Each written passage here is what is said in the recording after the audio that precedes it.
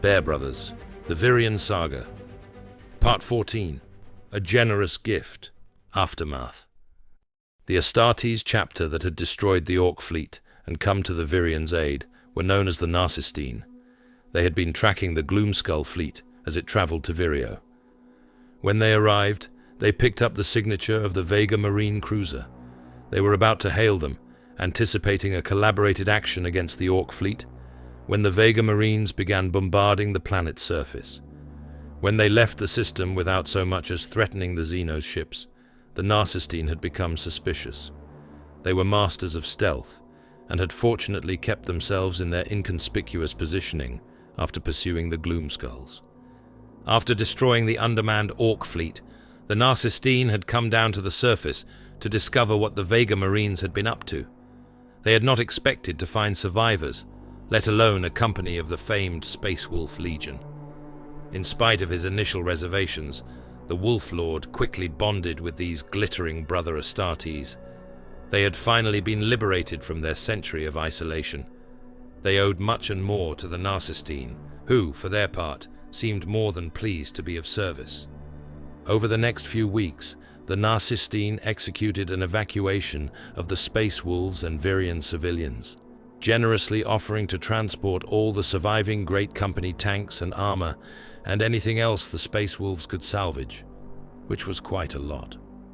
When the Ashen Curtain had fallen away, it was apparent that the Vega Marines had not done a very thorough job.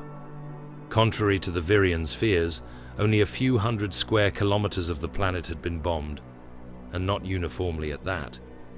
Patches of green forest still dotted the target zone, and even pockets of the mountains and valleys around Jegan Station had been spared. Regrettably, this meant that many of the Orcs had probably escaped the destruction. Indeed, during the evacuation efforts, some of their activity already became evident. But neither the Narcistine nor the Vireons had time for the protracted campaign that would be required to root them out. Instead, the Vireons and Space Wolves became temporary guests of the Narcistine as they journeyed out of the Veiled region back to Imperial space. While they convalesced aboard one of the Narcistine's elegant and sophisticated strike cruisers, the Space Wolves took stock of their situation. They had not told their rescuers everything. While their new brother Marines had earned their trust, some secrets belonged to Space Wolves alone. The Narcistine had not pressed, for which the Wolf Lord was grateful. After several months, the fleet abruptly halted.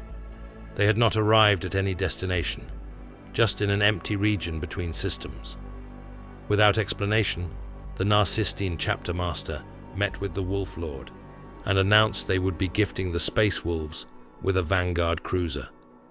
It was an older vessel from their own fleet that apparently no longer met their high standards and had become unsuitable. But the ship was far from derelict, and a gift of such generosity was nearly immeasurable. Strike cruisers did not grow on trees. They were mostly ancient relics, honored and even sacred to the chapters they were assigned to. Such a gift was not to be spurned, but there was much here that defied understanding.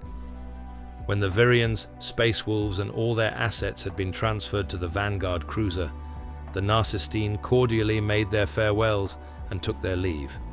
It was only after they had entered the warp and disappeared that the Space Wolves discovered their navigation computers had been tampered with. Only one piece of data had been removed: the navigation log. There was no record of where they had been. Further investigation revealed something worse, something that would change everything. All mention of Vireo had been expunged from Imperial records. It was as if the planet had never existed. They themselves had originally been ejected into the Vireon system by the warp, and so had no records of their own as to its location. The Space Wolves had no way of retracing their steps or finding their way back.